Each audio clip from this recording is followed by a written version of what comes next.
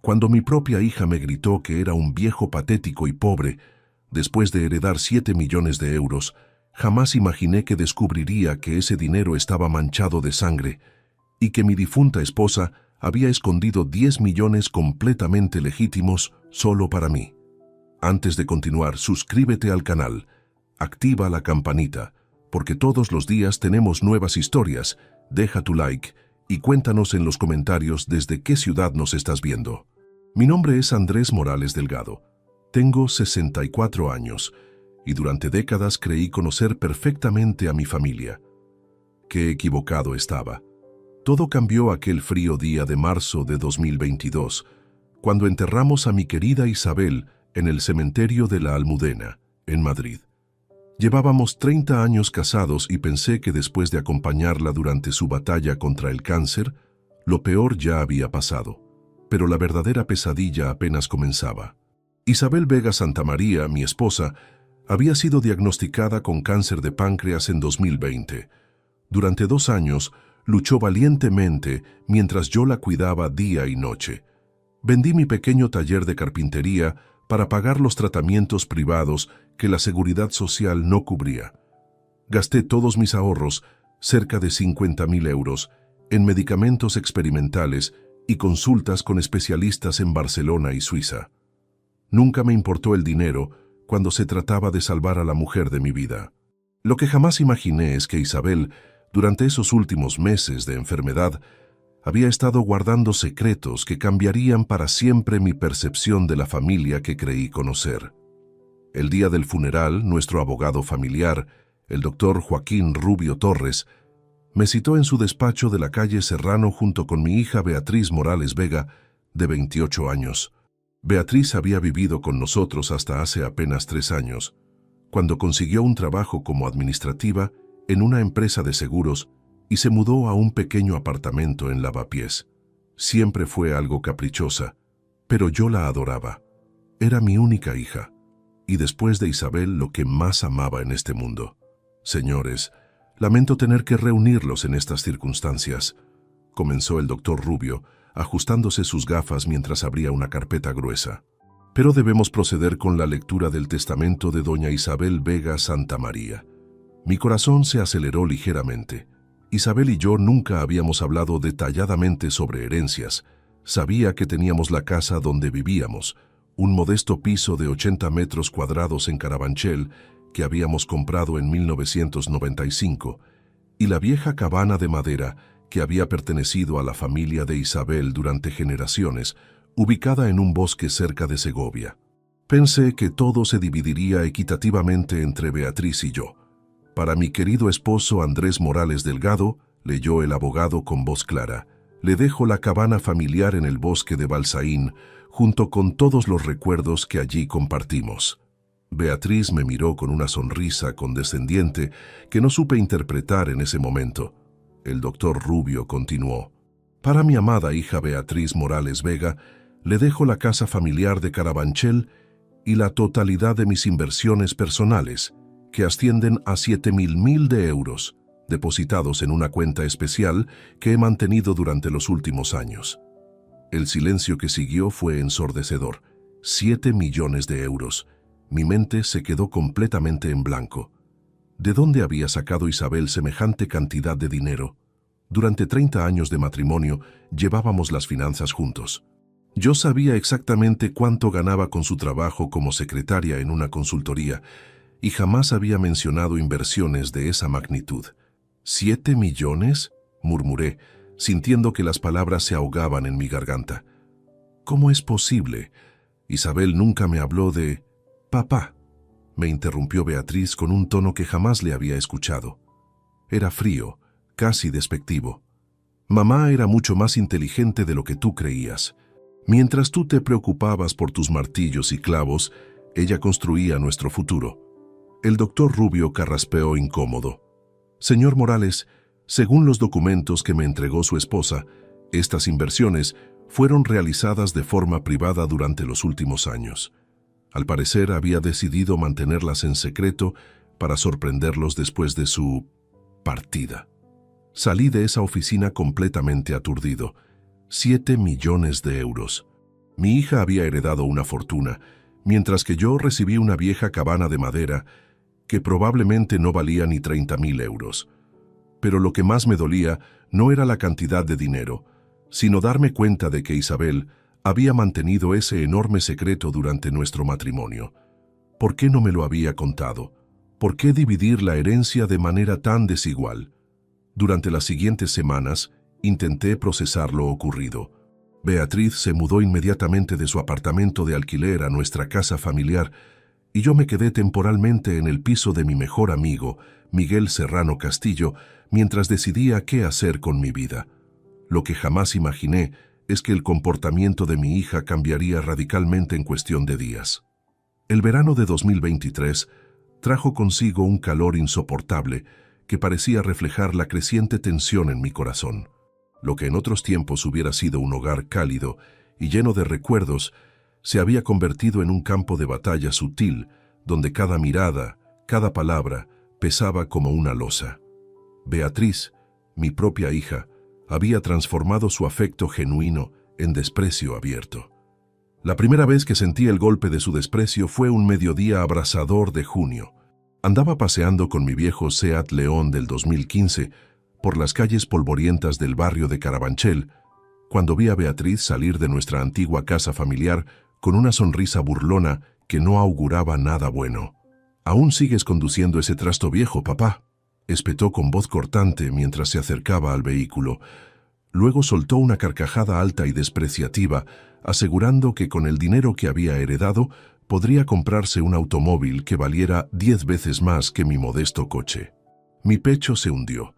Había momentos en que la vida te enfrenta a la más cruel de las verdades, la indiferencia de aquellos a quienes más amas, y que esa indiferencia se exprese en burlas, en desprecio por la humildad, duele como un puñal clavado en el alma. Su arrogancia no tenía límites, y en aquel instante comprendí que el cambio en Beatriz iba mucho más allá del dinero. Había en ella una sed de poder, de superioridad que nunca antes había visto. También fue en esa época que comenzó a lanzar indirectas venenosas sobre mi estilo de vida sencillo y las limitaciones visibles de mi antigua existencia. Se mofaba de que la cabana de madera era un símbolo de mi supuesta pobreza, ignorando por completo los valores y las memorias que ese lugar guardaba. Había una desconexión enorme entre ella y yo, como si viviéramos en dos mundos paralelos que jamás volverían a tocarse. La peor herida vino algunas semanas después, cuando en una reunión con algunos vecinos del barrio, Beatriz no pudo contener su veneno. Comentó en voz alta que la fortuna que había heredado la colocaba en un estatus al que yo, su padre, jamás podría aspirar. «Papá, eres un pobre patético», dijo delante de todos los presentes, sin importarle humillarme públicamente. Su voz, tan clara y sin remordimientos, resonó en mis oídos durante días. Las miradas de lástima de los vecinos me atravesaron como dagas. En esos momentos sentí que todo lo que había construido durante décadas, mis esfuerzos, sacrificios y mi amor incondicional por Isabel y por Beatriz, se desmoronaban lentamente. Estaba ante la cruel realidad de que la hija que crié con tanto cariño se había convertido en una persona que despreciaba mis raíces, mis valores y mi dignidad como ser humano. Intenté mantener la calma exterior, pero el daño ya estaba hecho. La sombra de Beatriz sobre mi vida se había convertido en una presencia constante que me empujaba a cuestionar cada gesto, cada palabra y cada decisión que tomaba. Empecé a perder la seguridad que había tenido hasta entonces, y la duda se instaló como un huésped permanente en mis pensamientos. Pero pese al dolor desgarrador, algo poderoso se comenzaba a formar dentro de mí. La certeza férrea de que no podía permitir que esa humillación continuara ni un día más. La obediencia ciega o la aceptación pasiva nunca habían sido parte de mi carácter, y aunque el orgullo herido me doliera como una quemadura, estaba decidido a tomar las riendas de mi destino. Aquella tarde de julio, mientras observaba la silueta lejana de la cabana desde la ventana del piso que me había prestado Miguel, recordé las promesas hechas a Isabel en su lecho de muerte y el amor puro que habíamos compartido durante 3 décadas. Era hora de demostrar que, por muy sencilla que fuera mi vida actual, tenía un valor intrínseco que nadie podría arrebatarme jamás. El desprecio cruel de Beatriz, más que una herida mortal, se convirtió en el fuego que encendería mi transformación definitiva. Algo profundo en mí despertaba. Un hombre que aprendía a levantarse desde las cenizas, a reclamar respeto y a buscar justicia contra aquellos que pretendían humillarlo únicamente por su apariencia y posición económica. Los días siguientes se volvieron una constante pugna de miradas esquivas y silencios cargados de reproche mutuo. Beatriz no dudaba en hacer comentarios calculados que dolían más que cualquier insulto directo. Comentarios hirientes sobre mi ropa gastada, mi rutina diaria predecible y mi supuesta incapacidad para mantener mi dignidad pese a nuestra condición modesta. Una tarde, mientras conversaba con Miguel en un café cerca del Retiro, recibí la llamada telefónica que esperé y temí al mismo tiempo. Beatriz me repitió con voz glacial que gracias a la herencia millonaria, su vida había cambiado para siempre y que yo debía entender que ya no tenía cabida en su nuevo mundo de lujos. Papá, con ese coche viejo y esa vida humilde, simplemente no encajas en mi realidad actual, dijo con desdén absoluto, como si fuera una reina dirigiéndose a un mendigo. Sentí que el suelo se abría bajo mis pies, pero en lugar de caer en el abismo, ese instante se convirtió en una chispa de lucidez y fortaleza interior. Sabía que debía buscar respuestas urgentemente. ¿Cómo había acumulado Isabel esa cantidad astronómica de dinero? ¿Qué secretos oscuros ocultaba nuestra vida matrimonial? ¿Y cómo había permitido que su propia sangre me despreciara hasta ese punto tan extremo? Decidí firmemente que debía investigar cada detalle sospechoso, recopilar pruebas concretas y prepararme mentalmente para enfrentar la verdad, aunque fuera la más dolorosa de todas las posibles. Esa noche silenciosa, sentado en la penumbra de la cabaña heredada, miré por la ventana el bosque tranquilo y respiré profundo. La tormenta emocional que llevaba dentro comenzaba a convocar un cambio inevitable y definitivo. Hasta ese momento crucial, no comprendía que la batalla más difícil no era solamente por el dinero o la herencia, sino por la dignidad y el respeto que una familia debería tener naturalmente y que estaban evaporándose rápidamente entre mis dedos como arena fina. No obstante, el destino, como siempre ocurre en los momentos más inesperados, estaba preparado para revelar sus cartas más impensadas y sorprendentes. El ascenso desde la humillación más profunda apenas había comenzado. El peso de las palabras hirientes de Beatriz y la sombra de aquella fortuna millonaria que ella había heredado empezó a enrarecer el ambiente que respiraba cada día. Aquel dinero exorbitante que Isabel guardó con tanto celo se volvió para mí una interrogante que no podía ignorar por más tiempo. ¿De dónde provenían exactamente esos millones? ¿Cómo pudo mi esposa, una mujer sencilla y tradicional, amasar semejante patrimonio sin darme el menor indicio durante décadas de matrimonio? Determinado a desentrañar esta maraña compleja, decidí acudir a la única persona en quien confiaba para ayudarme a navegar en aquellas aguas turbias, el doctor Joaquín Rubio Torres, abogado experimentado y viejo conocido de la familia, con décadas de experiencia en asuntos patrimoniales y sucesorios complicados. Era un miércoles nublado de julio de 2023, cuando nos encontramos en la pequeña oficina de Joaquín, situada en una de las avenidas principales de Madrid. Él me recibió con aquella calidez habitual, aunque en su expresión noté un matiz de gravedad profesional. Intuía que el asunto no sería sencillo de resolver. Le entregué la carpeta que Isabel había dejado cuidadosamente sellada con cinta adhesiva y le pregunté sin rodeos cómo era posible que mi esposa tuviera esa suma astronómica de dinero sin que yo, su compañero de toda la vida, lo supiera siquiera. Joaquín abrió los documentos con extremo cuidado, examinando cada página con minuciosidad. Extractos bancarios internacionales, contratos de inversión sofisticados, pólizas de seguros múltiples e incluso papeles de sociedades anónimas offshore registradas en paraísos fiscales conocidos. Al principio parecía que Isabel había sido una experta financiera durante años, manejando cuentas internacionales sin revelarme absolutamente nada. Pero más allá de la fachada aparentemente legal, Joaquín percibió algo mucho más siniestro.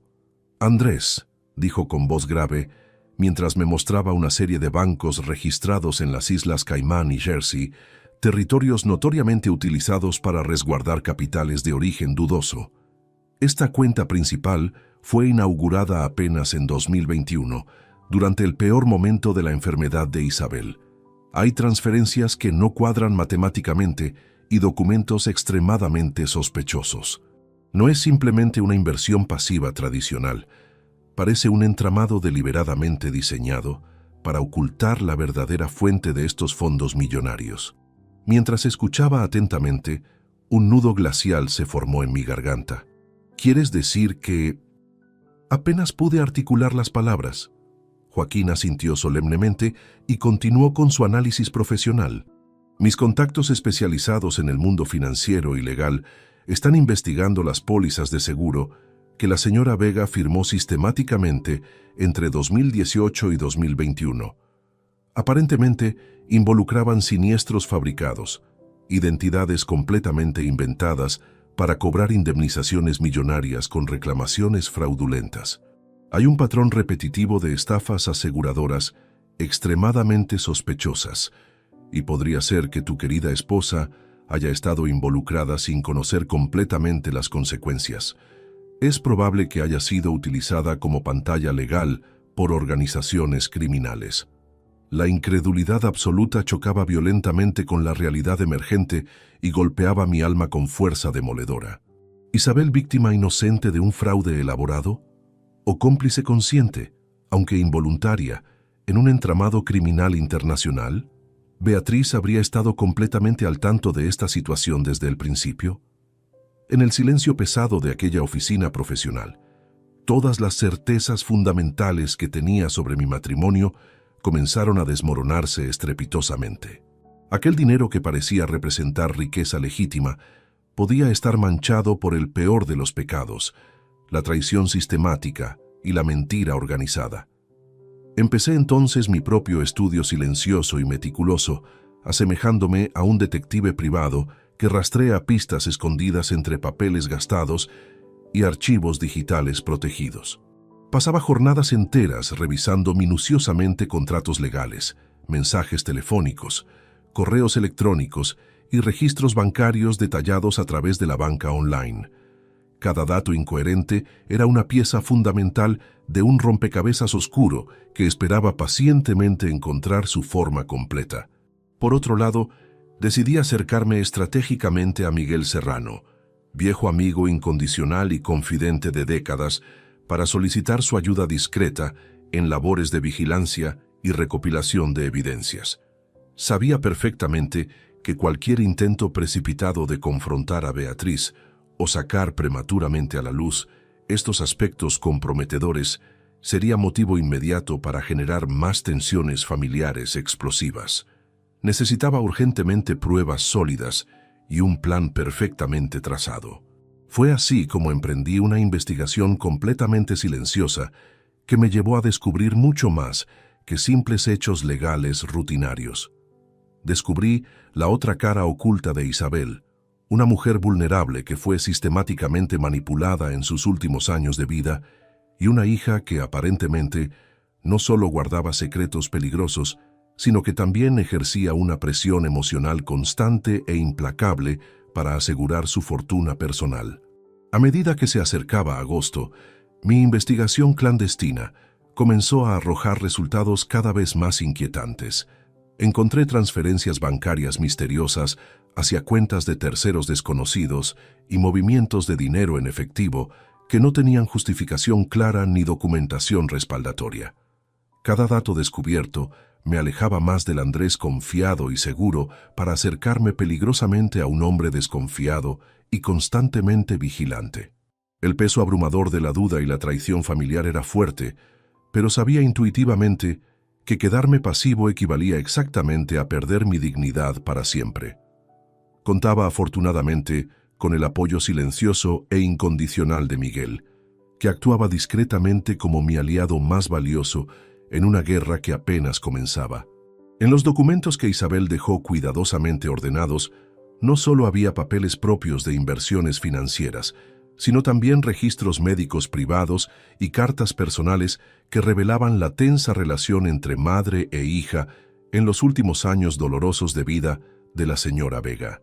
Aquellas cartas emotivas, escondidas deliberadamente en un armario secreto de la cabana, abrieron una ventana dolorosa hacia la soledad profunda y la presión psicológica que Isabel sufrió durante su enfermedad terminal.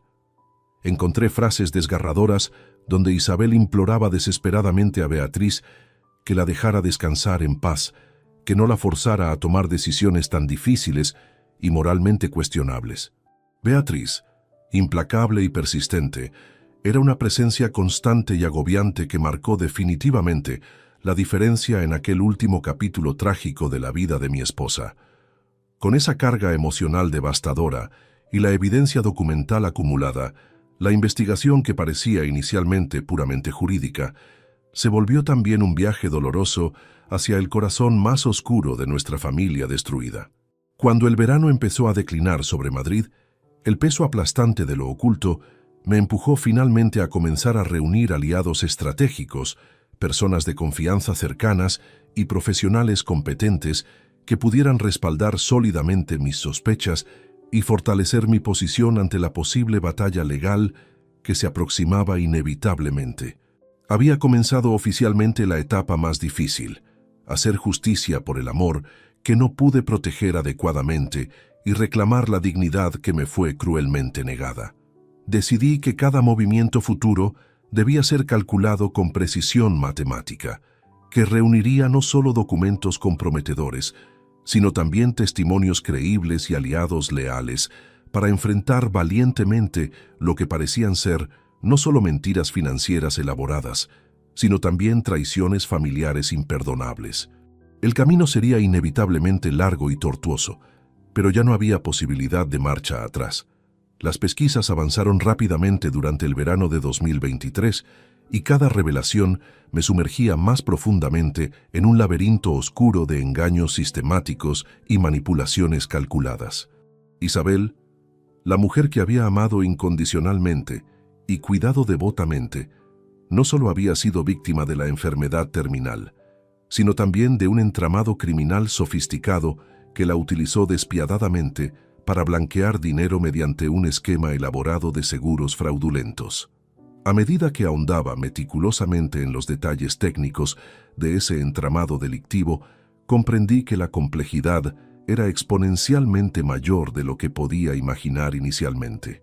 El modus operandi consistía específicamente en fabricar siniestros completamente falsos para cobrar indemnizaciones millonarias inexistentes. Se creaban identidades totalmente ficticias, se utilizaban pólizas de seguros registradas a nombre de personas inexistentes o fallecidas, y se simulaban accidentes graves o enfermedades terminales que jamás ocurrieron realmente. Isabel había sido una figura central en la ejecución meticulosa de esos fraudes internacionales. Aunque inicialmente podría haber pensado ingenuamente que solo firmaba documentos rutinarios sin comprender las implicaciones criminales, la evidencia acumulada posteriormente mostró inequívocamente que conocía parcialmente el esquema delictivo, presionada implacablemente y manipulada psicológicamente por personas cercanas, incluida trágicamente mi propia hija. Las fechas específicas coincidían perfectamente con los papeles firmados y los movimientos bancarios internacionales. Todo encajaba matemáticamente en un patrón criminal que indicaba que Isabel había habilitado conscientemente ese entramado durante los últimos 3 años críticos de su vida, específicamente entre 2018 y 2021. La cuenta misteriosa en las Islas Caimán era solamente la punta visible del iceberg delictivo. Con cada dato comprometedor que recopilaba pacientemente, también emergía claramente la presión emocional devastadora que Isabel sufría constantemente. Cartas manuscritas y mensajes telefónicos escritos durante sus últimos meses dolorosos mostraban vívidamente a una madre completamente agobiada, amenazada persistentemente por su propia hija, quien exigía implacablemente que cumpliera con esas actividades ilícitas para asegurar una herencia sustancialmente abultada. Por otra parte, aquellos documentos comprometedores desvelaron una verdad aún más dolorosa e imperdonable. Beatriz no solamente estaba completamente al tanto del fraude criminal, sino que fomentaba activamente y alimentaba sistemáticamente esa red internacional de mentiras para incrementar exponencialmente su beneficio personal futuro. Los registros detallados de conversaciones en el teléfono móvil de Isabel, recuperados meticulosamente gracias a especialistas reconocidos en informática forense, revelaron devastadoramente las exigencias constantes e implacables de Beatriz. En un mensaje especialmente duro y revelador, la joven insistía despiadadamente en que su madre no podía darse el lujo de renunciar precipitadamente, que su futuro económico dependía absolutamente de mantener esa farsa criminal. La idea demoledora de que la mujer que había sido mi compañera de vida durante décadas hubiera sido arrastrada hasta ese abismo moral por su propia descendencia me desgarró completamente el alma, pero también me llenó de una determinación férrea e inquebrantable para terminar definitivamente aquello y limpiar no solo mi nombre manchado, sino también la memoria vilipendiada de Isabel. El esquema criminal descubierto involucraba incluso a abogados corruptos, intermediarios especializados y correos internacionales que facilitaban profesionalmente la creación y presentación de documentos completamente falsos, mostrando claramente la magnitud internacional y el alcance transnacional de esta operación criminal organizada. A medida que se desvelaba progresivamente el entramado delictivo, la realidad se hacía progresivamente más compleja y devastadora. Isabel era simultáneamente víctima manipulada y cómplice forzada.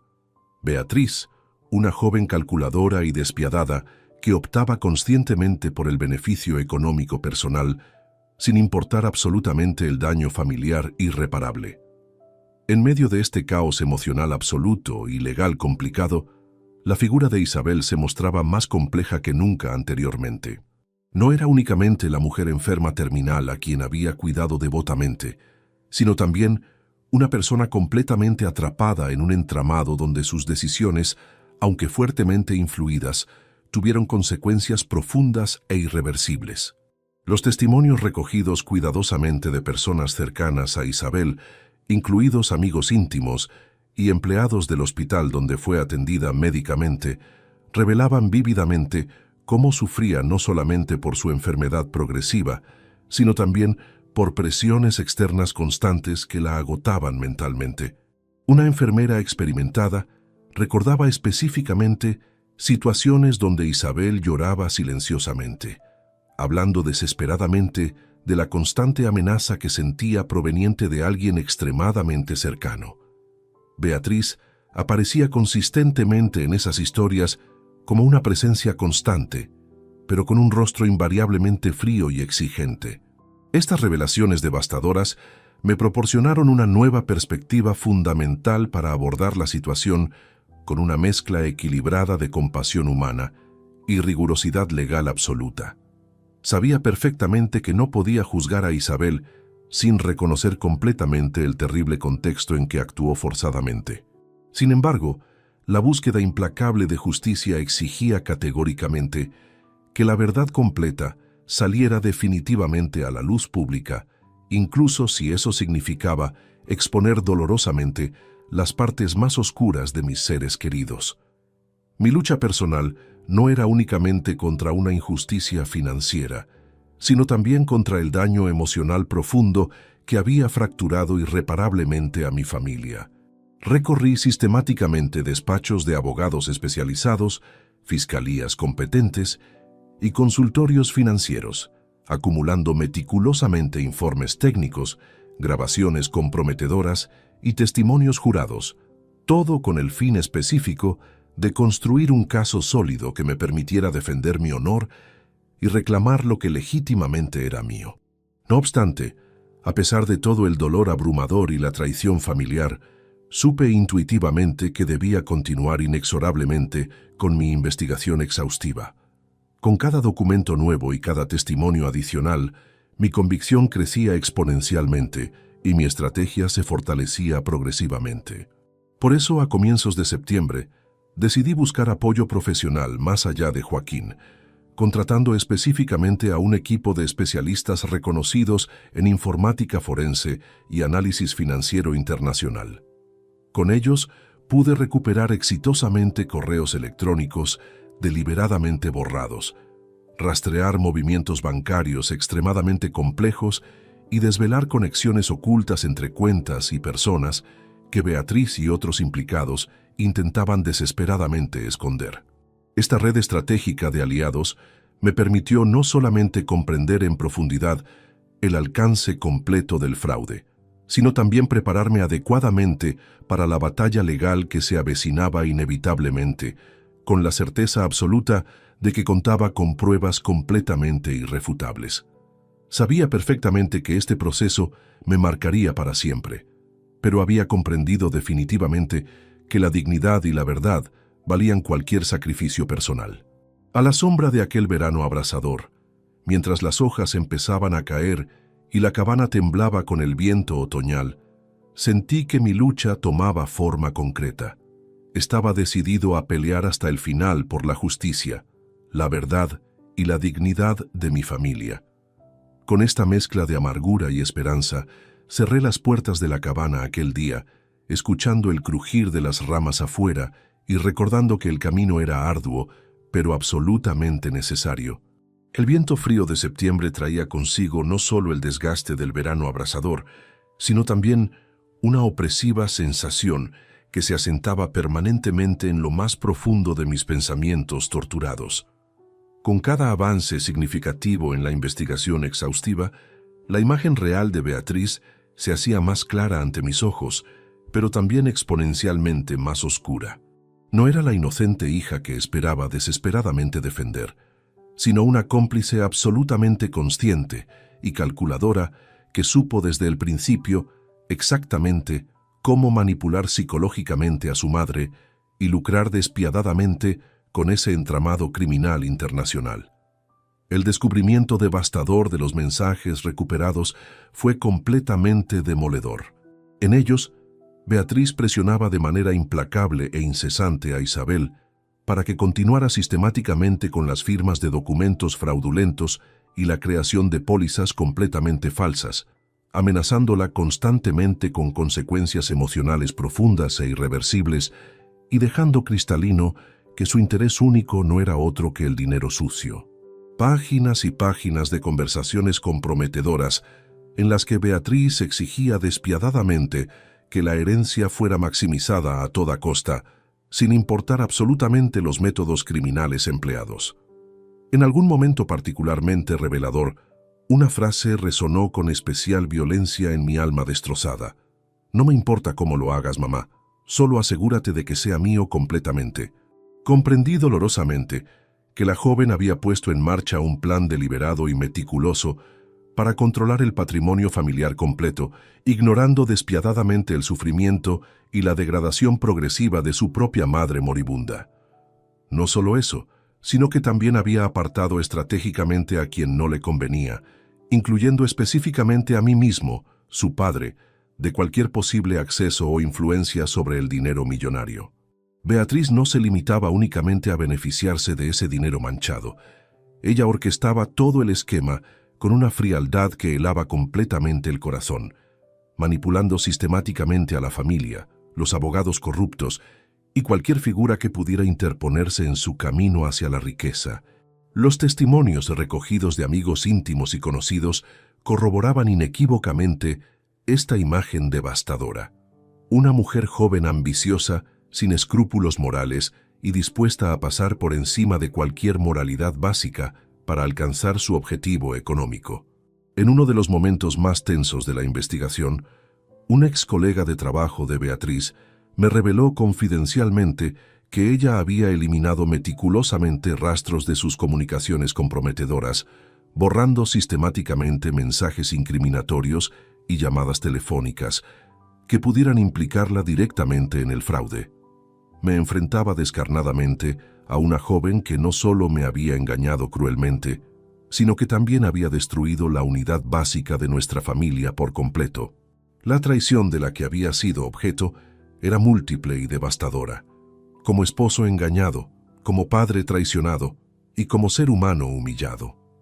Consciente de la magnitud abrumadora de la situación, decidí apostar todas mis fuerzas restantes en una estrategia legal y personal para desmantelar definitivamente ese juego perverso.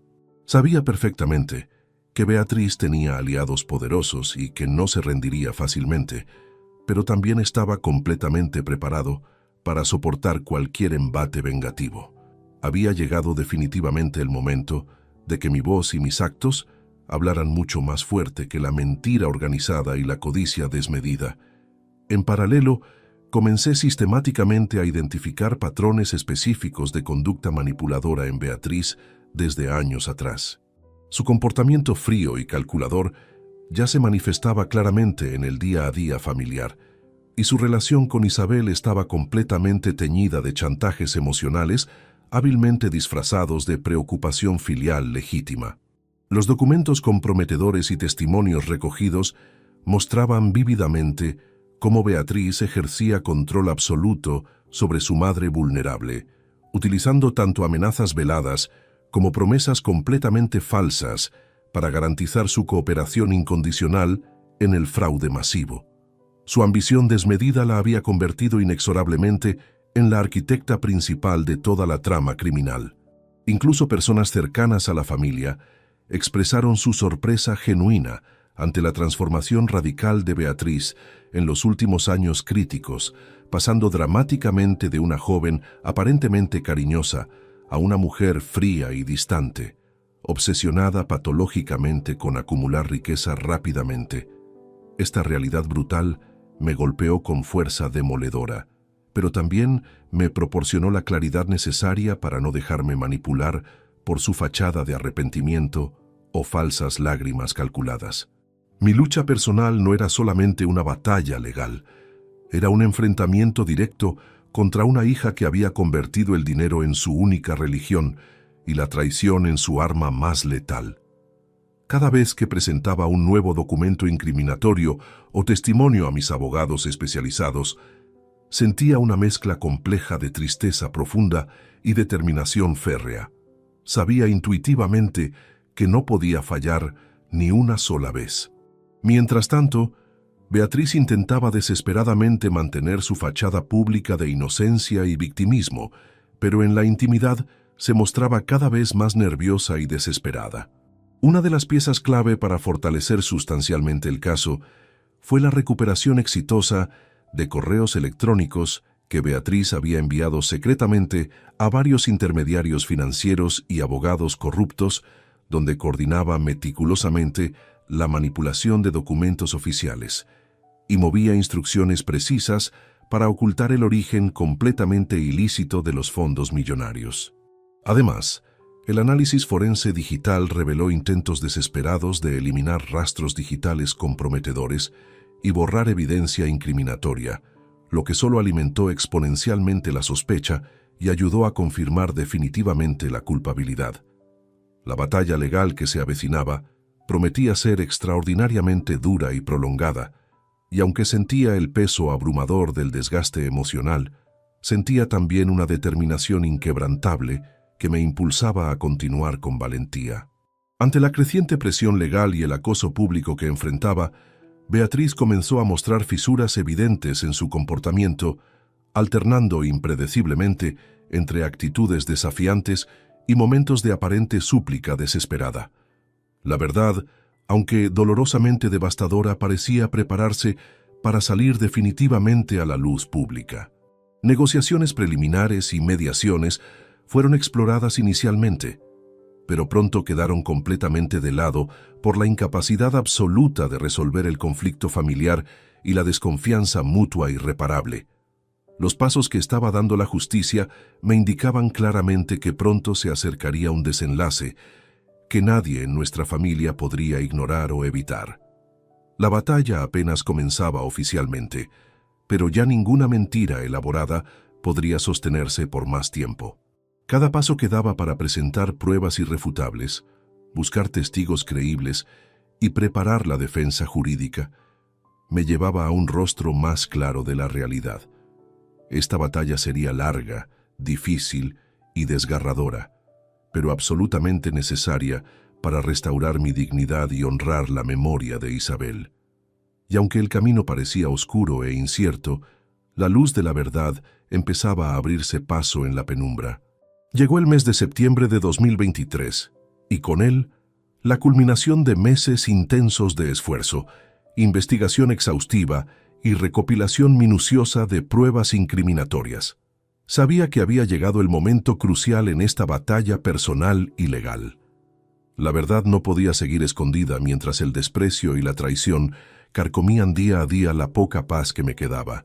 Con la carpeta repleta de documentos legales comprometedores, conversaciones telefónicas meticulosamente transcritas y registros bancarios extremadamente sospechosos, me dirigí directamente al despacho fiscal de la Fiscalía Anticorrupción en Madrid.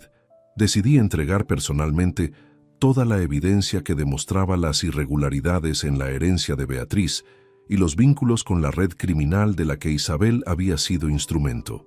Mi pecho latía con fuerza contenida mientras caminaba por los pasillos marcados por el eco de pasos y susurros. Al llegar, un fiscal experimentado, cuya mirada transmitía seriedad y compromiso, tomó la carpeta con respeto y comenzó a examinar el contenido detenidamente. Explicar todo el camino que había recorrido, desde la muerte de Isabel hasta la humillación pública, la investigación silenciosa y la recopilación constante de pruebas, me desgastó emocionalmente, pero también me proporcionó un ímpetu renovado. Sabía que no estaba solo en esta lucha. Días después, la Fiscalía notificó formalmente que había iniciado una investigación oficial sobre la herencia de 7 millones de euros heredada por Beatriz. La cuenta bancaria asociada fue bloqueada de inmediato, impidiendo cualquier movimiento de fondos mientras se llevaban a cabo las pesquisas. Beatriz entró en pánico y me contactó desesperadamente, intentando con fervor que desistiera de continuar, pero mi decisión estaba tomada. El daño provocado por sus actos y la complicidad no podrían quedar impunes. El bloqueo de la cuenta supuso un golpe contundente y tuvo eco en la prensa local, que no tardó en hacerse eco de la noticia. Su rostro apareció en rumores y reportajes que la pintaban como la hija millonaria, envuelta en un escándalo familiar y legal. La presión mediática aumentaba, pero yo permanecía firme. Mientras tanto, en la cabana heredada, sentí la necesidad de encontrar refugio emocional. La casa humilde parecía más que nunca un santuario donde el peso de aquel drama podía por momentos aligerarse y donde comenzaría a desvelar otro misterio que Isabel me dejó oculto. Durante una jornada de limpieza emocional, decidí finalmente afrontar la tarea de ordenar los efectos personales que Isabel había guardado cuidadosamente. Era una labor que había postergado durante 18 meses por ser demasiado dolorosa, pero que ahora sentía necesaria para cerrar heridas y buscar respuestas. En uno de sus muebles antiguos, una gaveta guardaba una carta manuscrita por Isabel, acompañada de un extraño objeto que cambiaría el destino completo de nuestra historia: una tarjeta de débito. La carta, llena de amor genuino y arrepentimiento profundo, explicaba detalladamente que aquel dinero no pertenecía a la red criminal que envolvía los 7 millones, sino que era una suma completamente legítima que Isabel había obtenido de la venta de propiedades ancestrales para asegurar que yo tuviera un futuro digno. La tarjeta representaba un saldo imponente, 10 millones de euros completamente distintos y absolutamente legales, que me había dejado para protegerme y asegurar mi tranquilidad. Encontrar esa prueba fue un golpe inesperado que mezclaba la alegría con la amargura, la esperanza con la tristeza. Por un lado, el engaño de aquella herencia oscura; por otro, la demostración tangible del amor de Isabel, escondido entre la madera gastada y las sombras de la cabana. Con la tarjeta en mis manos temblorosas, entendí que Isabel había hecho todo lo posible para protegerme, incluso cuando su salud declinaba rápidamente y estaba atrapada en un torbellino de engaños y presiones. Aquella revelación también me hizo comprender la magnitud del sacrificio que había hecho en sus últimos días. A partir de ese momento crucial, mi enfoque cambió completamente.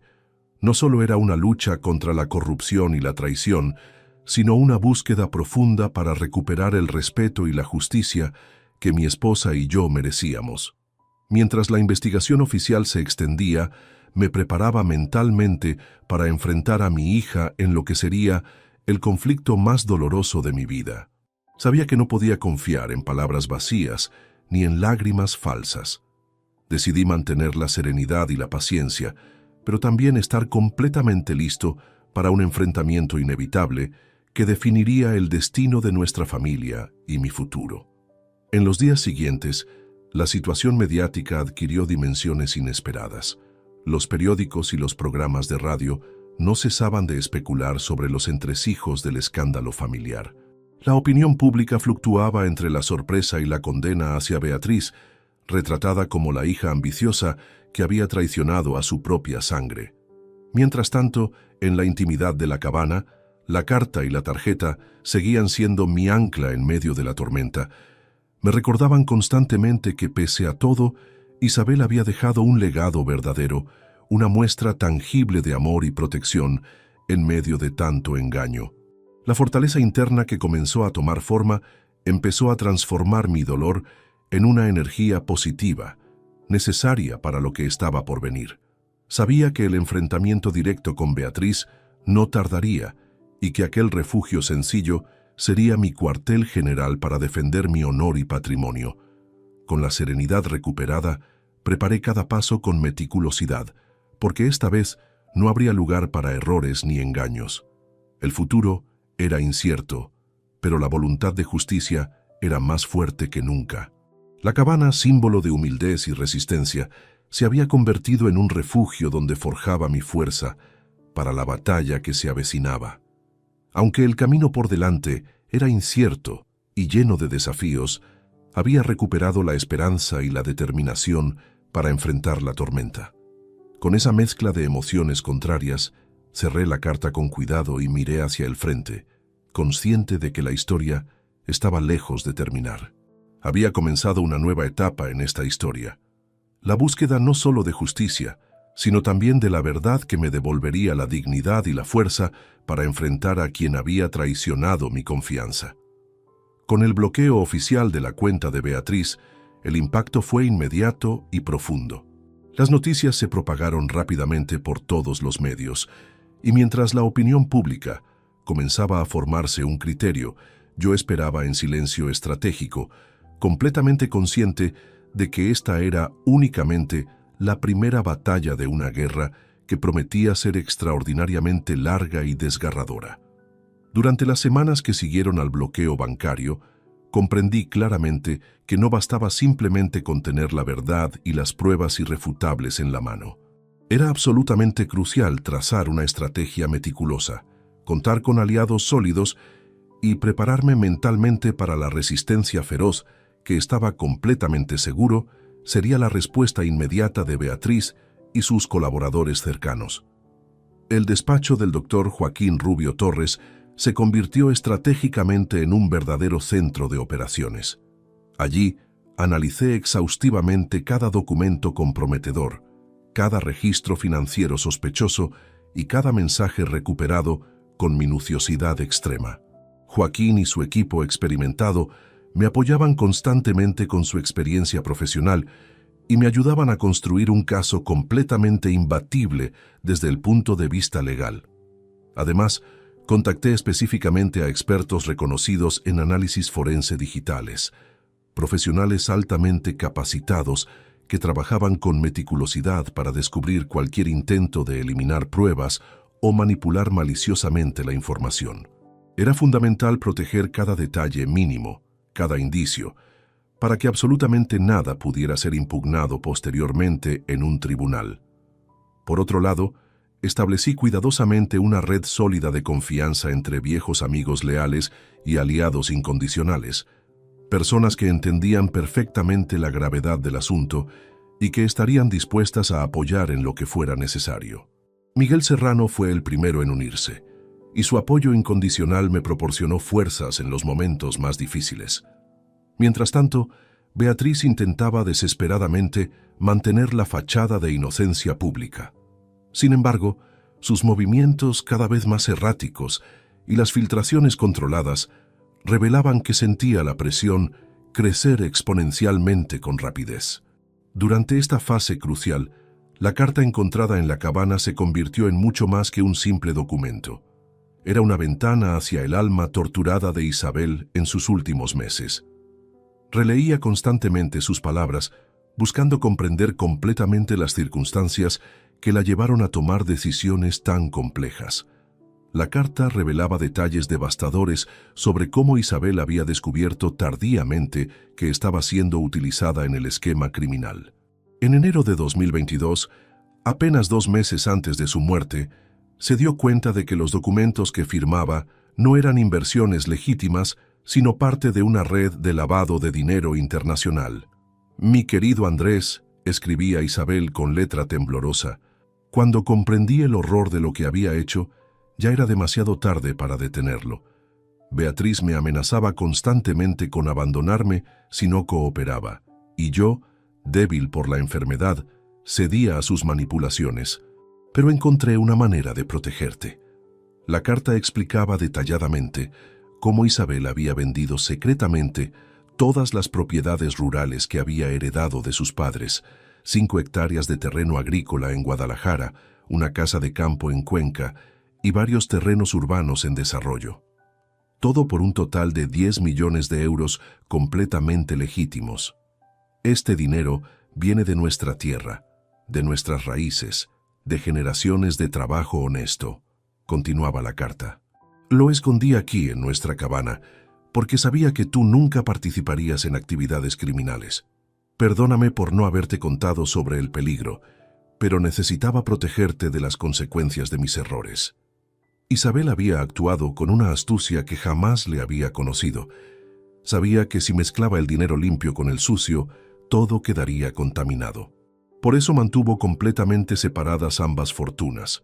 Los 7 millones criminales para Beatriz, que los había exigido, y los 10 millones legítimos para mí, escondidos donde solo el amor verdadero podría encontrarlos.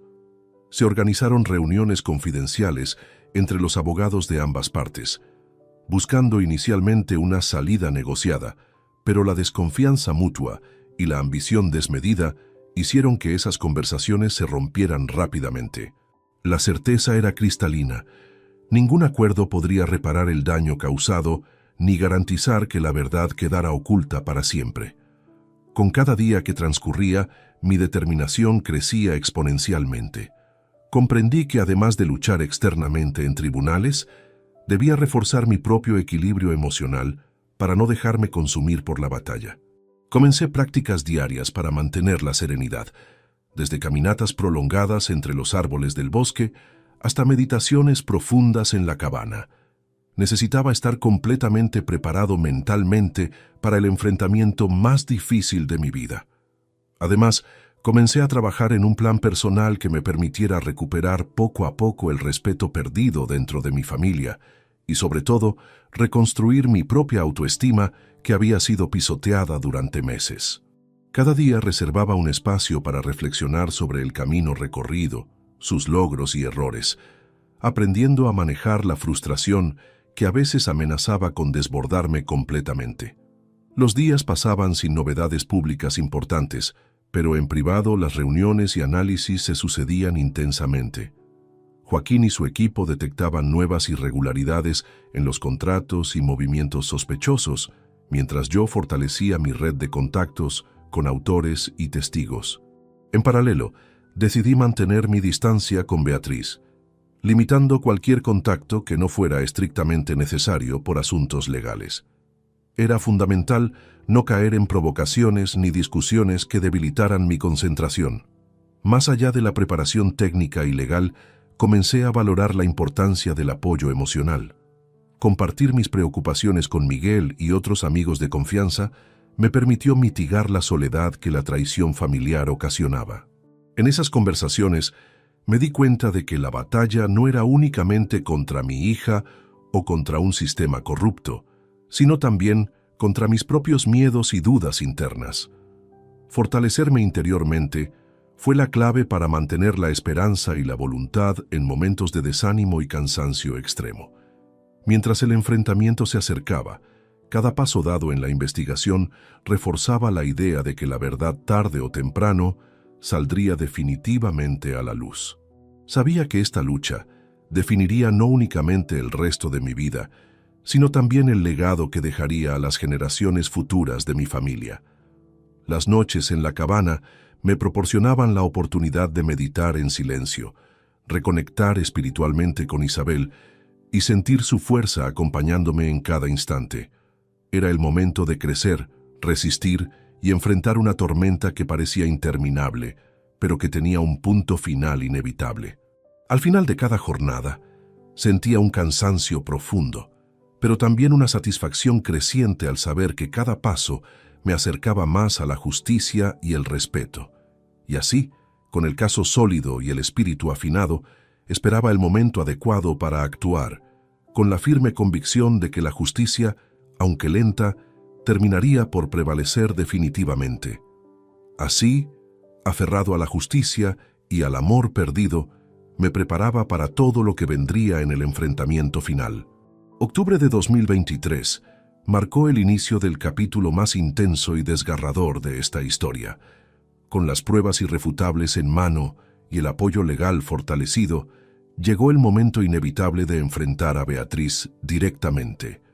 La joven que había sido mi hija y que ahora se revelaba como la arquitecta principal de una trama de traición y ambición sin límites. La reunión fue convocada en un despacho discreto, lejos del bullicio de la ciudad, para asegurarse de que las palabras y las miradas no se dispersaran entre oídos ajenos. Beatriz llegó con su habitual aire de superioridad, vestida con ropa sofisticada que no transmitía ni una pizca de remordimiento genuino. Abrí lentamente la carpeta con todos los documentos comprometedores y evidencias acumuladas, y meticulosamente fui desplegándolos uno a uno frente a sus ojos. No hubo necesidad de muchas palabras introductorias. Las fotografías de mensajes amenazantes, los registros de transferencias sospechosas y la carta reveladora de Isabel hablaban por sí mismas con elocuencia devastadora. Beatriz me miró inicialmente con incredulidad fingida, luego con rabia contenida. Intentó negar categóricamente al principio, alegando que había sido manipulada por personas externas a la familia y que ella únicamente había confiado en su madre moribunda. Pero mi respuesta fue tajante y calmada, mostrándole específicamente los mensajes de texto donde suplicaba a Isabel seguir con el fraude criminal y las pruebas donde coordinaba directamente a abogados corruptos y personas involucradas en el esquema. «Este no es un juego, Beatriz», dije con voz firme y controlada. «Has destruido meticulosamente lo que juntos construimos durante décadas. Has herido profundamente no solo a tu madre y a mí, sino también la unidad sagrada de nuestra familia. Es momento de enfrentar las consecuencias de tus actos». Se produjo un silencio pesado e incómodo, solo roto por la respiración agitada de mi hija. Fue entonces cuando, por primera vez en meses, vi una fisura real en su fachada, una mezcla genuina de miedo y desesperación. «Papá», murmuró finalmente con voz quebrada. «Yo no sabía que las cosas llegarían tan lejos. Pensé que podría manejarlo todo, que nadie saldría herido realmente». Le mostré entonces la carta manuscrita de Isabel, donde detallaba explícitamente el chantaje emocional constante que había sufrido. «Tu madre escribió esto antes de morir, Beatriz. Describe exactamente cómo la amenazabas con abandonarla si no cooperaba con el fraude. ¿Cómo puedes decir que no sabías?» Los ojos de Beatriz se llenaron de lágrimas, pero yo ya había aprendido a distinguir entre arrepentimiento genuino y manipulación calculada. Durante tantos meses de investigación, había descubierto que mi hija era una actriz consumada. Además, continué implacablemente, tengo pruebas de que intentaste eliminar evidencia digital y coordinar con intermediarios para ocultar el origen criminal del dinero. Esto no fue ignorancia, Fue complicidad consciente y premeditada. Beatriz se desplomó en su silla, finalmente comprendiendo que todas sus mentiras habían sido expuestas. «¿Qué va a pasar ahora?», preguntó con voz temblorosa. «Las autoridades continuarán su investigación», respondí categóricamente. «Los 7 millones permanecerán bloqueados hasta que se determine su origen exacto y se procese a todos los involucrados. Tú enfrentarás las consecuencias legales por complicidad en lavado de dinero». Fue en ese momento que Beatriz realmente entendió la magnitud de su situación. No solo había perdido el dinero que tanto ambicionaba, sino que también enfrentaba posibles cargos criminales que podrían resultar en prisión. «Pero papá», imploró desesperadamente, «soy tu hija. Tiene que haber una forma de arreglar esto. Puedes ayudarme, ¿verdad?». La miré fijamente durante largos segundos antes de responder.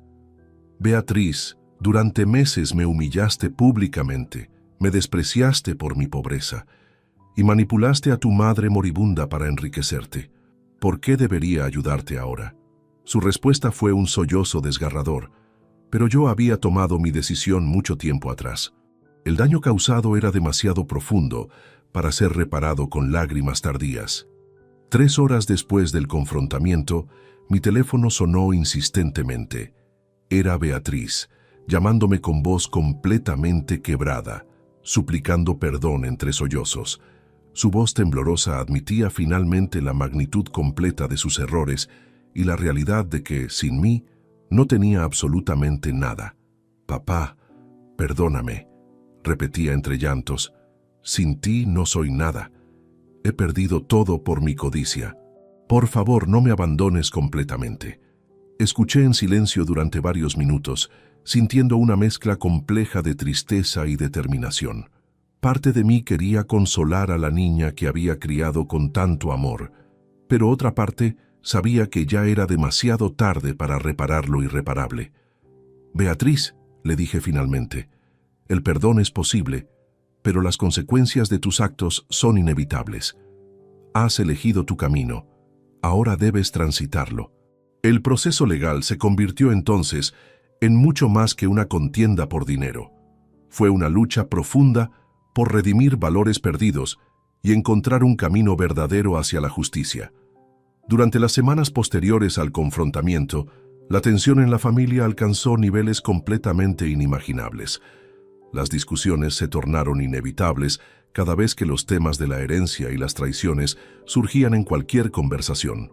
Beatriz, aunque aparentemente arrepentida, continuaba mostrando con frecuencia rezagos de su antiguo carácter egocéntrico y manipulador.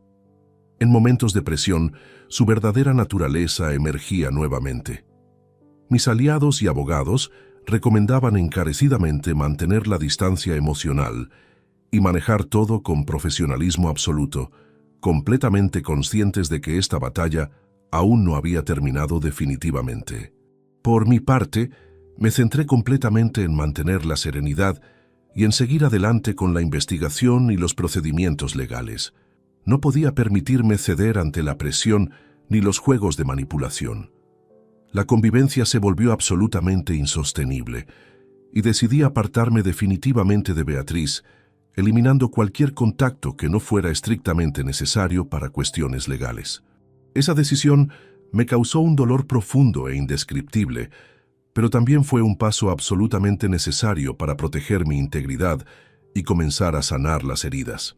A medida que el proceso judicial avanzaba inexorablemente, emergieron nuevas pruebas que reafirmaban la culpabilidad de Beatriz, complicando exponencialmente su situación legal. Sin embargo, también decidí asistir a sesiones de terapia profesional donde aprendí a manejar la mezcla de emociones contradictorias: tristeza, enojo, resignación y ocasionalmente esperanza. La transformación personal que experimenté fue tan intensa como el conflicto externo, y aprendí que la verdadera fuerza interior reside en saber exactamente cuándo decir basta. Con el paso del tiempo, el proceso judicial sirvió para sentar un precedente importante en mi vida y en la de los demás afectados. Las lecciones aprendidas fueron extraordinariamente duras, pero necesarias para construir un futuro diferente del dolor y la mentira. En la distancia emocional, comprendí que la familia, aunque irreparablemente rota, podía encontrar formas distintas de coexistir o bien de alejarse definitivamente sin perder el respeto mutuo. El corte definitivo con Beatriz no fue sencillo, pero fue un acto de amor propio y de reivindicación personal. Mirando hacia atrás, veía todo el camino doloroso recorrido y entendía que cada lágrima y cada batalla me habían convertido en un hombre considerablemente más fuerte y sabio. Sin embargo, a pesar del arrepentimiento expresado tardíamente, aprendí que el perdón no siempre significa olvido y que la dignidad personal es algo que debe preservarse incluso ante la traición más amarga. Que así, aunque el pasado estuviera completamente lleno de sombras, el futuro podía ser iluminado con la fuerza del perdón verdadero y la justicia cumplida. Noviembre de 2023. La batalla legal avanzaba con paso firme e inexorable, pero lo que no esperaba era la transformación dramática y desesperada de Beatriz ante la inminente pérdida de su fortuna y la posibilidad real de enfrentar prisión. Sus llamadas telefónicas, mensajes y visitas imprevistas se multiplicaron exponencialmente, cambiando radicalmente el tono del desprecio por uno de súplica angustiosa y manipuladora. Aquella mujer que me había humillado públicamente estaba ahora figurativamente de rodillas, implorando clemencia con lágrimas calculadas. «Papá, no puedo vivir sin ti», repetía constantemente entre sollozos aparentemente ahogados. «Sé que me equivoqué gravemente, pero te necesito desesperadamente. Sin tu apoyo soy absolutamente nadie». Al principio mi corazón paternal vaciló peligrosamente. La relación padre-hija, que siempre había sido fuerte y profunda durante décadas, parecía abrir una rendija posible para la reconciliación, pero la realidad cruda rápidamente volvió a imponerse con contundencia. Ella quería solamente asegurar su acceso a los 10 millones que había heredado legítimamente de Isabel, los que yo había descubierto y protegido como mi patrimonio completamente legal. Sus palabras dulces estaban invariablemente teñidas de una calculadora frialdad que buscaba manipularme emocionalmente para obtener beneficios económicos. Intentaba convencerme persistentemente con promesas vacías de cambio radical, de cuidar de mí devotamente, de reconstruir completamente nuestra relación destrozada. Pero cada gesto y cada mirada reflejaban una ambición insaciable que no conocía límites. «He aprendido la lección», decía mientras me tomaba las manos con fingida ternura. «Ahora entiendo lo que realmente importa. La familia está por encima del dinero». Pero yo había aprendido a leer entre líneas después de meses de investigación y dolor. Si realmente la familia fuera lo más importante, Beatriz, nunca habrías manipulado a tu madre moribunda ni me habrías humillado públicamente. Su rostro se tensó momentáneamente, revelando la rabia contenida, antes de volver a la máscara de arrepentimiento. «Papá, eso fue diferente. Yo estaba confundida, presionada por circunstancias que no controlaba». «¿Circunstancias que no controlabas?», respondí mostrándole uno de los mensajes donde exigía a Isabel continuar con el fraude. «Aquí escribiste textualmente: no me importa cómo lo hagas, mamá, solo asegúrate de que sea mío». ¿De eso suena a alguien confundido? Me enfrenté a una mujer que no únicamente me había traicionado cruelmente, sino que ahora buscaba perpetuar su juego para controlar la mayor parte posible de la herencia restante. La conversación tomó un giro aún más revelador cuando, creyendo que podía ablandar mi corazón, Beatriz cambió de estrategia. «Papá, tengo deudas enormes. He estado viviendo como si fuera millonaria, y ahora que la cuenta está bloqueada, no puedo pagar mis compromisos. Los prestamistas me amenazan». «¿Y qué esperas que haga?», pregunté con calma calculada. «Podrías prestarme algo de tu herencia», dijo finalmente, mostrando sus verdaderas intenciones. «Solo para salir de este aprieto. Te prometo que te lo devolvería todo». Fue en ese momento exacto que su verdadera naturaleza se reveló completamente. No había arrepentimiento genuino, solo necesidad desesperada de acceso a mi dinero. «Beatriz», le dije con una calma que ocultaba mi indignación, Durante meses me llamaste pobre patético y te burlaste de mi humildad. Ahora que descubres que tengo 10 millones legítimos, súbitamente soy tu padre querido, otra vez. Sus ojos se llenaron de lágrimas, pero esta vez pude percibir la diferencia entre dolor genuino y manipulación calculada. Papá, por favor, necesito tu ayuda, soy tu sangre. Mi sangre no me humilla públicamente ni manipula a su madre moribunda por dinero. Respondí categóricamente. Resistí con firmeza inquebrantable cada intento, manteniendo claras mis fronteras y recordándole constantemente que el respeto debía ser mutuo, no condicionado por intereses económicos. Cuando se dio cuenta de que sus lágrimas y súplicas no funcionaban, Beatriz mostró su verdadero rostro una vez más. ¿Sabes qué?, dijo con voz áspera. Eres un egoísta. Tienes 10 millones y no quieres ayudar a tu propia hija. ¿Qué clase de padre eres?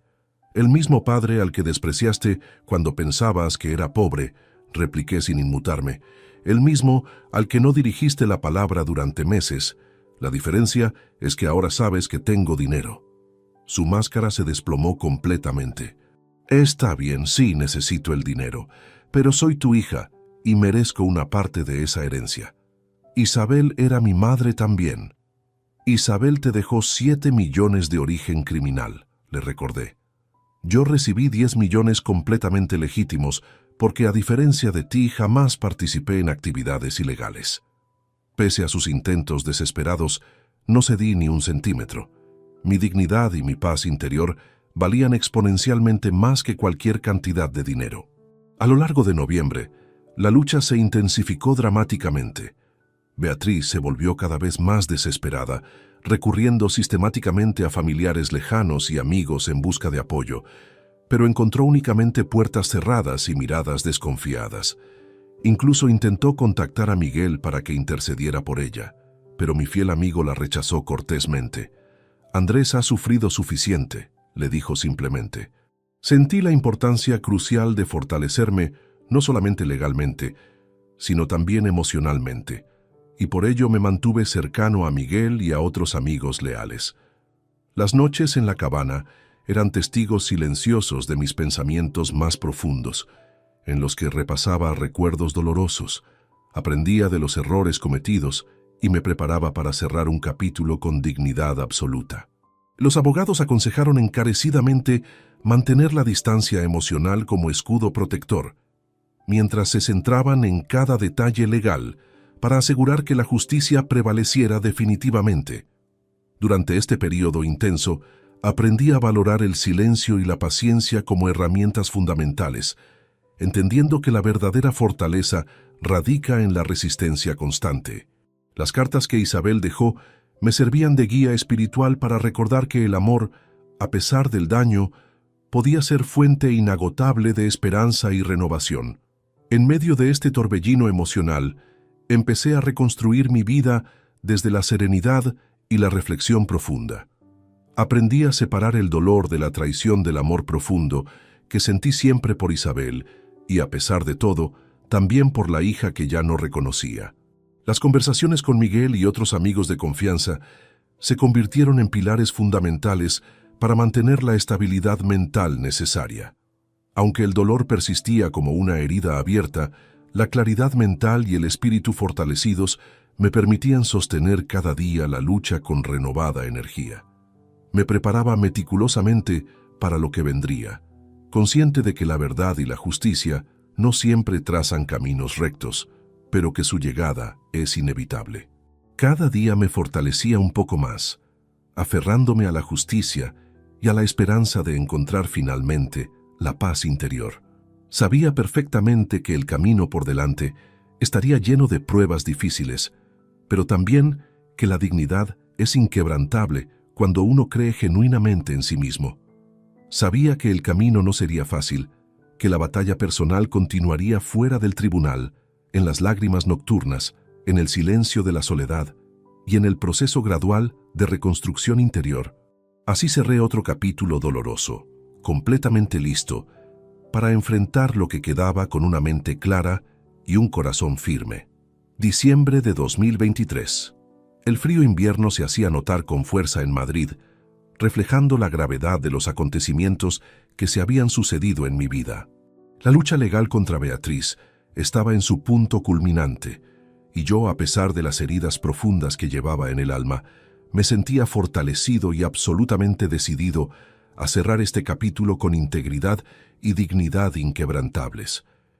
Había llegado el momento crucial de tomar una decisión definitiva respecto a la relación que había mantenido con mi hija durante décadas. Durante meses interminables, había soportado humillaciones públicas, traiciones familiares y manipulaciones emocionales calculadas, pero también había visto en ella destellos ocasionales de arrepentimiento y dolor aparentemente real. Sin embargo, la verdadera naturaleza de Beatriz ya había quedado completamente expuesta y era imposible ignorarla por más tiempo. Las autoridades habían completado su investigación exhaustiva. Los 7 millones de euros que Beatriz heredó fueron oficialmente confiscados por provenir de actividades criminales de lavado de dinero. Además, ella enfrentaba cargos formales por complicidad en fraude de seguros y blanqueo de capitales. La Fiscalía había determinado que su participación no fue accidental, sino consciente y premeditada. Decidí alejarme completamente de ella, cortando todo tipo de contacto que no fuera estrictamente necesario para cuestiones legales. Sabía perfectamente que esta elección me dolería profundamente, pero era absolutamente esencial para proteger mi bienestar emocional y mi estabilidad mental a largo plazo. Beatriz, le dije en nuestra última conversación telefónica, durante meses me despreciaste por ser pobre, me humillaste públicamente y manipulaste a tu madre moribunda por dinero. Ahora que sabes que tengo 10 millones legítimos, súbitamente quieres reconciliarte. Eso no es amor filial, es oportunismo. Su respuesta fue predecible, una mezcla de súplicas desesperadas y reproches amargos. Papá, por favor, recapacita, soy tu única familia. Sin mí, estarás completamente solo. Prefiero estar solo con dignidad que acompañado por alguien que solo me valora por mi dinero. Respondí con una calma que había tardado meses en alcanzar. La separación no fue sencilla emocionalmente. Las llamadas y mensajes de Beatriz se multiplicaron exponencialmente, llenos de súplicas manipuladoras y promesas completamente vacías. Pero mi respuesta fue clara y firme. La dignidad no se negocia ni se vende, y yo merecía respeto incondicional. En aquellos días difíciles, me apoyé incondicionalmente en Miguel y en otros amigos leales que me brindaron soporte constante. Sus palabras de aliento y compañía fueron un refugio invaluable en medio de la tormenta emocional. Los procesos legales continuaban avanzando inexorablemente, con nuevas evidencias que reforzaban mi posición. Beatriz enfrentaba cargos formales por lavado de dinero y otros delitos conexos. La justicia comenzaba a manifestarse de forma tangible y satisfactoria. El tribunal determinó que los 10 millones que Isabel me había dejado eran completamente legítimos, provenientes de la venta documentada de propiedades familiares. Todos los impuestos habían sido pagados correctamente y no había ninguna conexión con actividades criminales. Mi herencia fue oficialmente validada y liberada sin restricciones. Aunque la batalla judicial era dura emocionalmente, sentía que esta decisión me había liberado de una carga enorme que había llevado durante meses. Ya no estaba encadenado a la manipulación ni a la mentira familiar. Empoderado por mi convicción, comencé a enfocar mis energías en reconstruir mi vida con calma y propósito claro. La cabana, mi refugio, se convirtió en un espacio de reflexión y paz interior donde planeaba meticulosamente el futuro. Durante ese mes crucial, terminé diversas gestiones legales y administrativas importantes para asegurar la protección absoluta de los bienes legítimos que Isabel me dejó con tanto amor.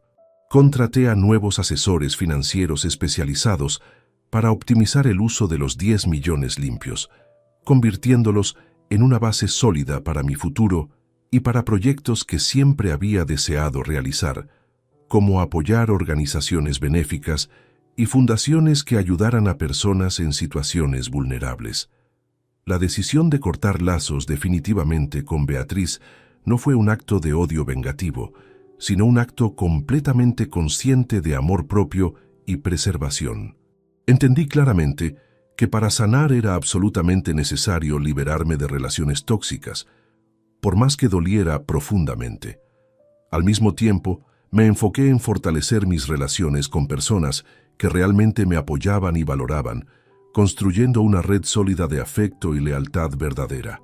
Los días se tornaron en semanas, y las semanas en meses, y aunque la ausencia de mi hija dejó un vacío emocional, también trajo una calma que no conocía desde hacía mucho tiempo. En un acto simbólico profundamente significativo, decidí donar una parte sustancial del dinero a fundaciones dedicadas específicamente a la lucha contra el cáncer, en honor a Isabel y todo lo que habíamos vivido juntos durante su enfermedad. Este gesto me permitió encontrar un propósito renovado, una manera constructiva de transformar la tragedia en algo significativo para otros que sufrían. Había aprendido que aunque la sangre une biológicamente, no siempre define relaciones sanas ni respetuosas. La verdadera familia era la que construimos conscientemente con amor y lealtad mutua, no la que se define únicamente por lazos de sangre.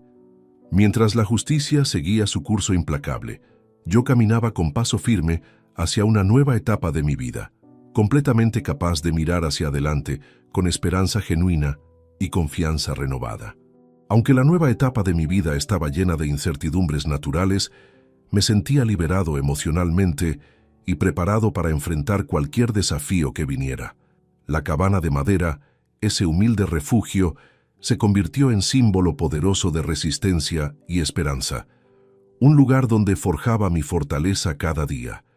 A pesar del dolor persistente, había encontrado en la justicia no solo respuesta a mis preguntas, sino también un camino claro para la redención personal. Mientras comenzaba a reconstruir lo que la traición intentó destruir, recordaba constantemente que la verdadera riqueza nunca estuvo en el dinero acumulado, sino en el respeto y el amor genuino.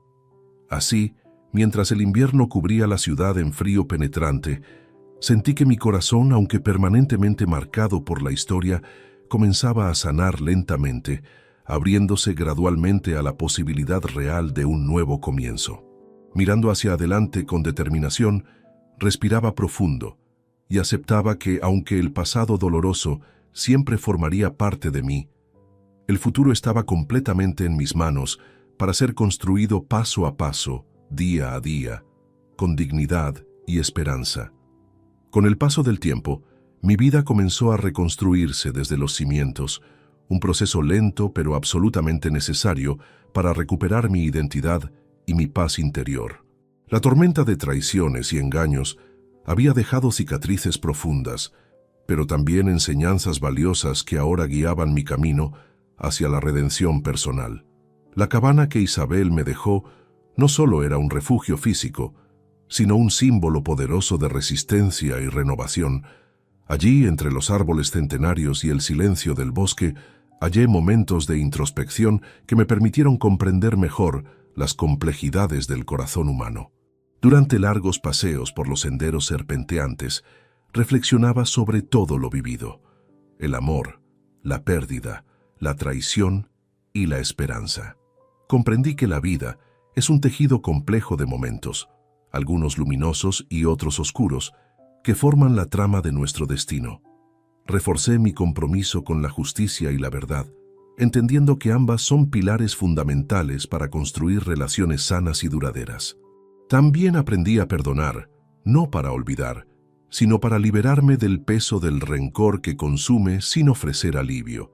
El perdón se convirtió en un acto de amor propio, una forma de sanar heridas invisibles.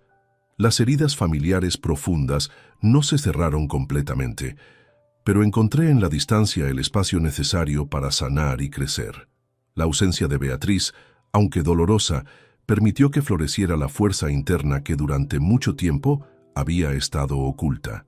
Comencé a involucrarme activamente en proyectos comunitarios y grupos de apoyo, dedicando parte de mi tiempo y recursos a quienes sufrían situaciones similares. Eso convirtió mi dolor en acciones que daban esperanza y acompañamiento a otros. El desenlace legal fue contundente. Beatriz fue declarada culpable de complicidad en lavado de dinero y fraude de seguros, recibiendo una condena de 2 años de prisión condicional y la obligación de devolver al Estado todo el dinero de origen criminal. Aunque evitó la cárcel, quedó con antecedentes penales que limitaron significativamente sus oportunidades futuras. Los 7 millones fueron confiscados por completo, destinándose a un fondo especial para víctimas de fraudes financieros. Por su parte, mis 10 millones fueron validados como completamente legítimos y pude utilizarlos libremente para reconstruir mi vida. Una parte significativa la destiné a crear una fundación benéfica en memoria de Isabel, enfocada en apoyar a familias afectadas por el cáncer y a víctimas de traiciones familiares. Esta decisión me proporcionó un propósito renovado y una forma de honrar la memoria de mi esposa. Cada día se convirtió en una oportunidad para construir un legado diferente, basado en la honestidad, el respeto y el amor genuino. Mirando hacia atrás con distancia, veía los errores cometidos sin autoacusación destructiva, sino con la sabiduría de quien ha aprendido del pasado para no repetirlo. Volví a encontrar alegría en las pequeñas cosas, en el canto de las aves, el sonido del viento entre las hojas y el calor de un café en tardes frías. Con la serenidad restaurada y el espíritu fortalecido, acepté que la historia de mi familia había cambiado para siempre, pero que mi vida aún conservaba capítulos por escribir. En este proceso de reconstrucción, la naturaleza se convirtió en mi aliada más fiel. Los largos días en la cabana me enseñaron a observar el ciclo transformador de la vida en su estado más puro, recordándome que después de la tormenta siempre llega la calma. Me rodeé conscientemente de personas que me brindaban apoyo sincero, evitando cualquier relación tóxica que pudiera amenazar la serenidad que con tanto esfuerzo había conquistado. Participé en charlas y talleres para víctimas de traiciones familiares, compartiendo mi historia para que otros encontraran fuerza en la mía. Mi testimonio se convirtió en una fuente de inspiración para quienes habían perdido la esperanza. Además, decidí escribir mis memorias no para revivir el dolor, sino para dejar un legado de resistencia y honestidad para mis futuros nietos y las generaciones venideras. El libro, titulado Cuando la sangre no basta, se convirtió en un bestseller que ayudó a miles de personas en situaciones similares. La cabana se transformó en un centro de encuentros significativos, donde amigos verdaderos y familiares elegidos compartían momentos de alegría y reflexión. Organicé regularmente reuniones donde personas que habían superado traiciones familiares podían encontrar apoyo mutuo. A pesar de la distancia con Beatriz, mantuve abierta la posibilidad de un reencuentro futuro, siempre que estuviera basado en el respeto y la sinceridad genuina.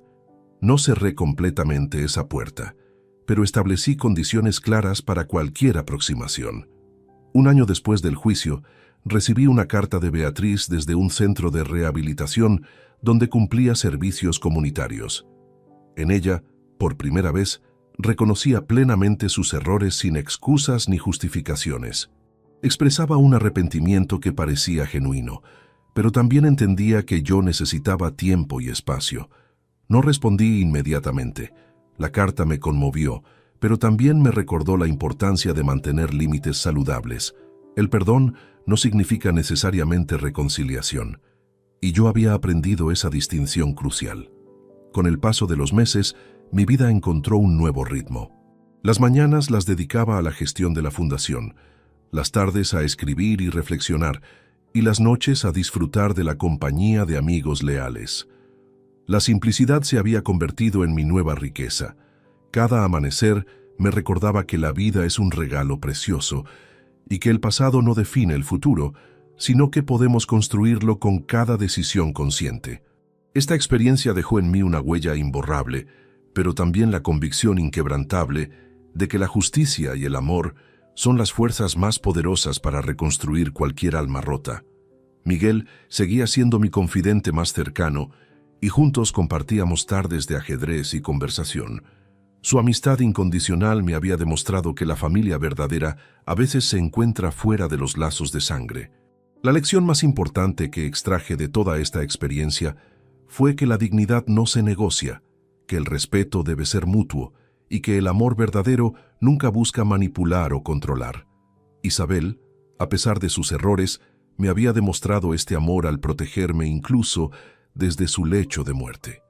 Mientras observaba el atardecer desde la ventana de la cabana, reflexionaba sobre el camino recorrido. Había perdido una hija, pero había ganado algo mucho más valioso: el respeto por mí mismo y la certeza de que podía enfrentar cualquier adversidad con dignidad. Con esta nueva perspectiva, observé el horizonte con esperanza renovada, sabiendo que la verdadera victoria reside en vivir con integridad y amor. La historia de traición había terminado, pero mi historia de redención apenas comenzaba. Así, con esperanza y determinación inquebrantables, cerré definitivamente el ciclo de la traición y abrí las puertas a una nueva etapa de mi existencia, llena de aprendizajes, superación y paz interior duradera. El futuro ya no era una incógnita aterradora, sino un lienzo en blanco esperando ser pintado con los colores de la sabiduría y la esperanza. Si te gustó esta historia, dale like al video, suscríbete al canal y comparte tus impresiones en los comentarios. Para escuchar la próxima historia, haz clic en la caja de la izquierda. Gracias por vernos.